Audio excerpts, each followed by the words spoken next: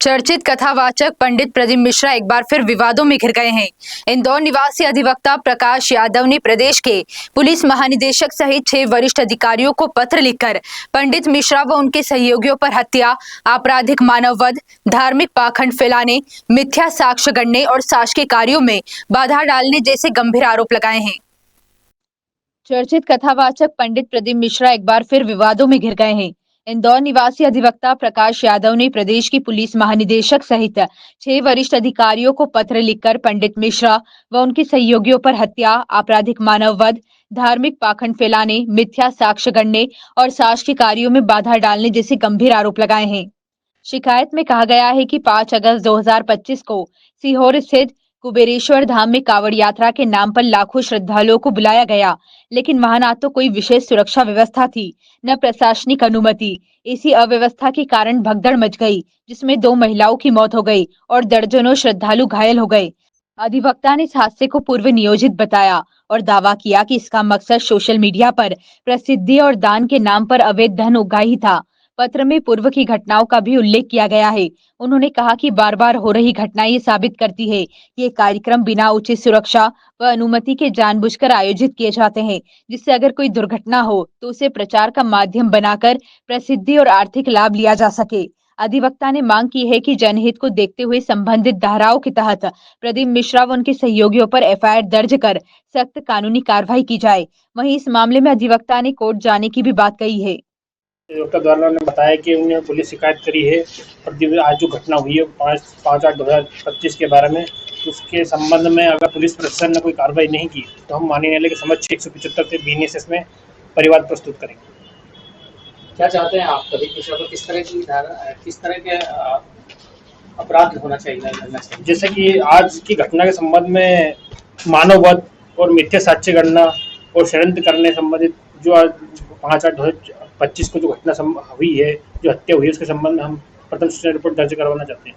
इस तरह की रोक होना चाहिए। ऐसे आयोजन पे इतने बड़े-बड़े आयोजन हो जाते हैं, सैकड़ों की तादाद में लोग पहुंच जाते हैं और भगदड़ मच जाती है, कोई तैयारी नहीं। जैसे कि ये भगदड़ मच जाती है तो ये क्या कुछ ना कुछ क्या है, प्रशासन से इनको क्या अनुमति लेनी चाहिए। प्रशासन को पूरी नियम कानून के हिसाब से वो पूरी परमिशन करेंगे। अगर ऐसा कुछ नहीं हुआ तो फिर भगदड़ मचनी है, इसलिए अगर इस पे प्रथम सूचना रिपोर्ट दर्ज होनी चाहिए। माननीय न्यायालय के समक्ष परिवाद प्रस्तुत करेंगे।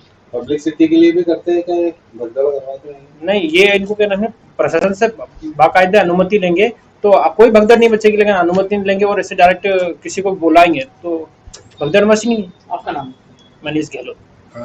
सीहोर में कावड़ यात्रा के नाम पर कई लाखों हिंदू आस्था में रखने वाले श्रद्धालुओं को एकत्रित किया गया, जहां पर किसी तरह के सुरक्षा के, जान माल के और किसी तरह की एहतियातन कोई सुरक्षा के साधन संसाधनों का कोई रख रखाव नहीं किया गया, जिस कारण बहुत लाखों संख्या में हिंदू श्रद्धालु वहां पर पहुंचे और उन्होंने इस तरह की सुरक्षा का कोई ध्यान नहीं दिया, जिससे कि मुझे ज्ञात हुआ है सोशल मीडिया व न्यूज़पेपर के द्वारा कि 2 महिलाओं की इसमें मृत्यु हो चुकी है।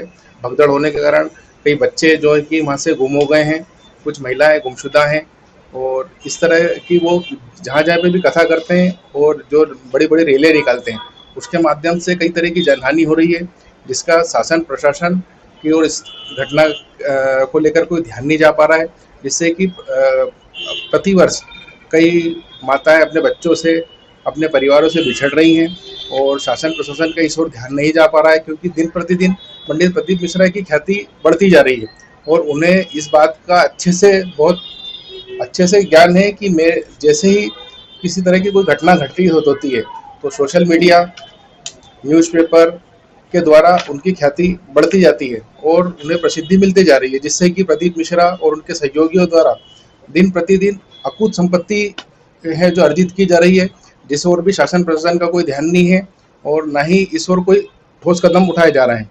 अभी जो पंडित प्रदीप मिश्रा द्वारा रुद्राक्ष महोत्सव किया गया था, उसमें भी इस तरह की घटना हुई है, जिससे कि इंदौर भोपाल रोड पे करीब 17 किलोमीटर का जाम लग गया, जिससे कि कई जो जिन्होंने स्वास्थ्य संबंधी शिकायतें थी वो जाम में फंस गए और अपने जान मान के लिए संघर्ष करते रहे। और इसके साथ ही कई बार देखा गया कि कुछ लोगों ने इस जाम के कारण अपने दम तोड़ दिया गया है और इस ओर शासन प्रशासन का कोई ध्यान नहीं गया। और इस तरह की जो जो कथाएं करते हैं वो वहाँ पे आए दिन इस तरह की घटनाएं होती रहती हैं, जिससे कि मैं शासन प्रशासन, पुलिस मुख्यालय, डीजीपी महोदय से ये आवेदन करूंगा कि इस ओर ध्यान देकर शीघ्र अतिशीघ्र कार्रवाई की जाए। जैसे कि इन्होंने बताया कि पुलिस शिकायत करेंगे, पुलिस शिकायत आपने कोई शिकायत अभी की है क्या कहीं पर? हाँ, अभी मैंने पुलिस मुख्यालय, डीजीपी महोदय को इसकी शिकायत की है। पुलिस थाना सीहोर में इस तरह की मैंने शिकायत दर्ज करवाई है और मैं शासन प्रशासन से करूंगा कि इस विषय को गंभीरता से लेकर शीघ्र अतिशीघ्र कार्रवाई की जाए। क्या चाहते हैं आप? हम ये चाहते हैं कि इस तरह की जो धार्मिक प्रसिद्धि जो पंडित प्रदीप मिश्रा की बढ़ रही है, तो वो आए दिन न्यूज़पेपर, सोशल मीडिया और प्रिंट मीडिया के द्वारा वो कई तरह के धार्मिक आयोजनों को लेकर, पूजा पाठ को लेकर, है ना, भ्रांतियां फैला रहे हैं कि इस तरह से करने से ये होगा, इस तरह से करने से वो होगा, लेकिन उस तरह से कुछ होता तो नहीं है। लेकिन हाँ, इस तरह की घटनाएं और बढ़ रही हैं। जिस तरह की शहरों में कई जगहों पे जो यात्राएं निकलती हैं, उसके कारण पब्लिक परेशान होती है, स्कूल में आने जाने वाले बच्चे परेशान होते हैं, कॉलेज के विद्यार्थी परेशान होते हैं, कोई व्यक्ति जो अपने इलाज के लिए। मेरा नाम एडवोकेट प्रकाश यादव।